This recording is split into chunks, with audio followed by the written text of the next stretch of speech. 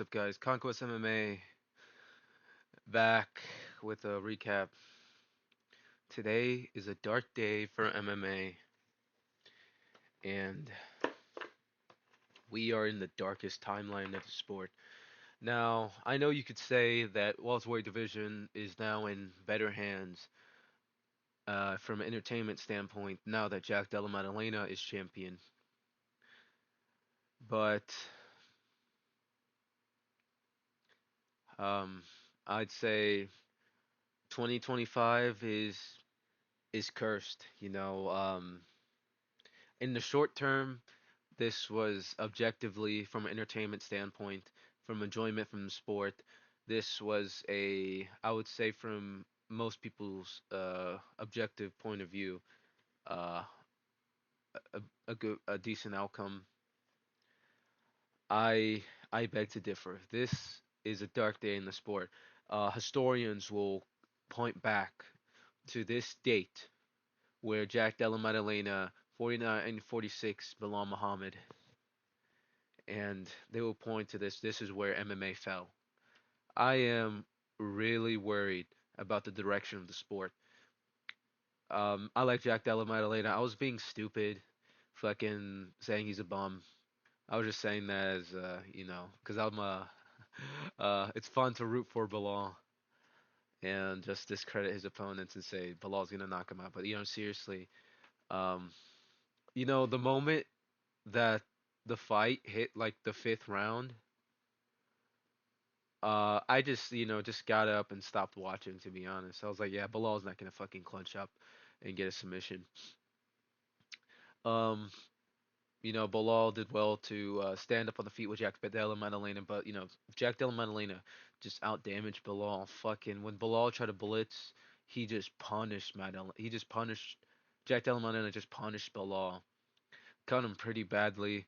Bilal, um, I know the reason why he didn't shoot as many takedowns because Jack Della Maddalena was never out of position.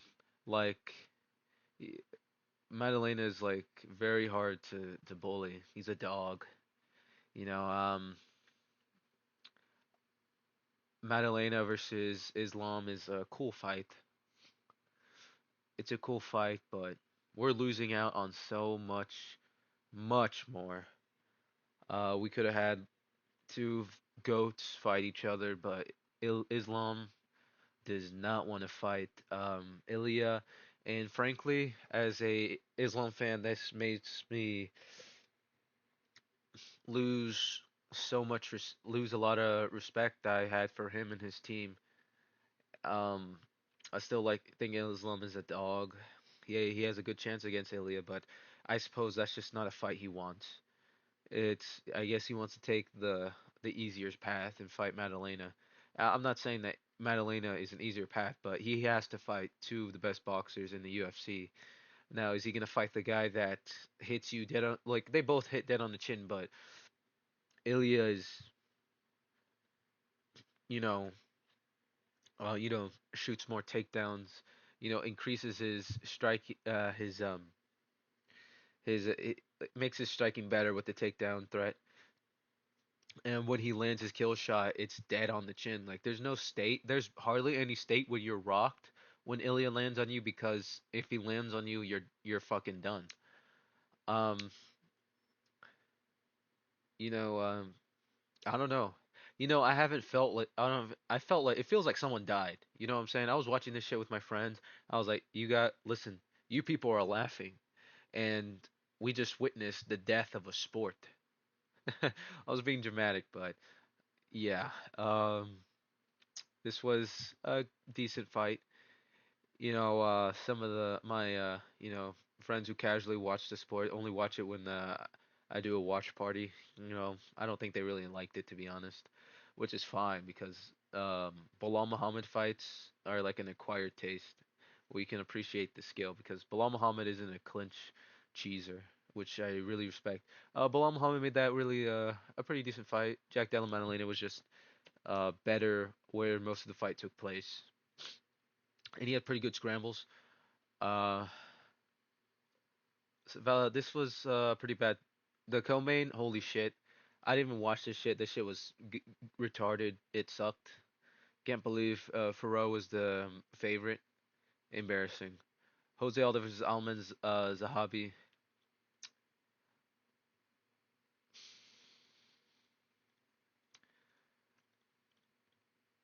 Listen, you could listen. I know people are saying robbery, but honestly, I thought this shit could be ruled a draw. I thought this shit was a draw. I was like, dude, it's fucking weird because Jose Aldo dropped Zahabi, but then Zahabi just beat the piss out of Aldo on the ground for like 3 minutes straight. It's like it's weird because like he was so close to finishing Aldo. He cut Aldo up. He bullied him. I'm glad Jose Aldo's retired. Yeah, he shouldn't fight anymore. And it's kind of poetic that he ended his career at featherweight, even though he missed weight. Um, People are gonna give Jose Aldo slack because he's a legend, but he missed weight, and Zahabi cut basically completely cut to bantamweight. He was like 2 pounds away from bantamweight or whatever. Oh, I think he was like 37. I mean, he was like a pound away from. I don't know. He was pretty close to the bantamweight limit, but and he's Zahavi did well to box with Jose Aldo. Um, Jose Aldo looked good until he gassed out. He's just notorious for gassing out. Now, this was, Silva kind of styled on Grasso. Makes you think that Grasso, either Shevchenko fucking broke Grasso or Grasso kind of fluked it, And I think she kind of fluked it to be honest. Um, I'm fucking. This is like a Matt Hughes situation, I'd suppose. BSD versus Kyle Prolik.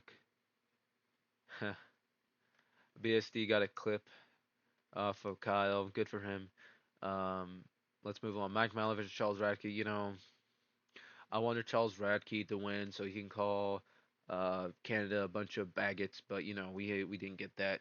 Mike Mallet fucking scorched Radke. The moment when Mike Mallet landed fucking a 1-2 easily on Radke and Radke showed no signs of moving his head, I was like, holy shit, it's over. It's over, bro. This guy has no fucking head movement.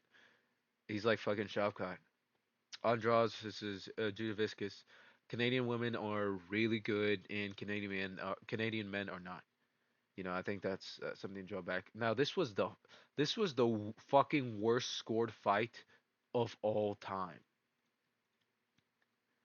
So awful, so god awful. And we had like a ref notorious for giving bad calls.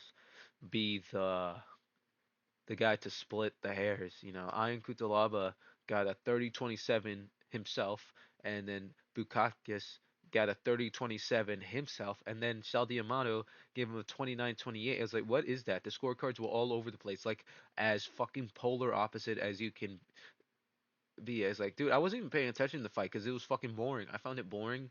I looked my eyes and I heard the scorecards. I was like, holy shit, what is this garbage? Navajo Sterling versus Ivan Ursland. Now, I was gonna go over here and say, oh, Namahu Sterling. I mean, he got fraud checked, but Namahu Sterling's pretty young.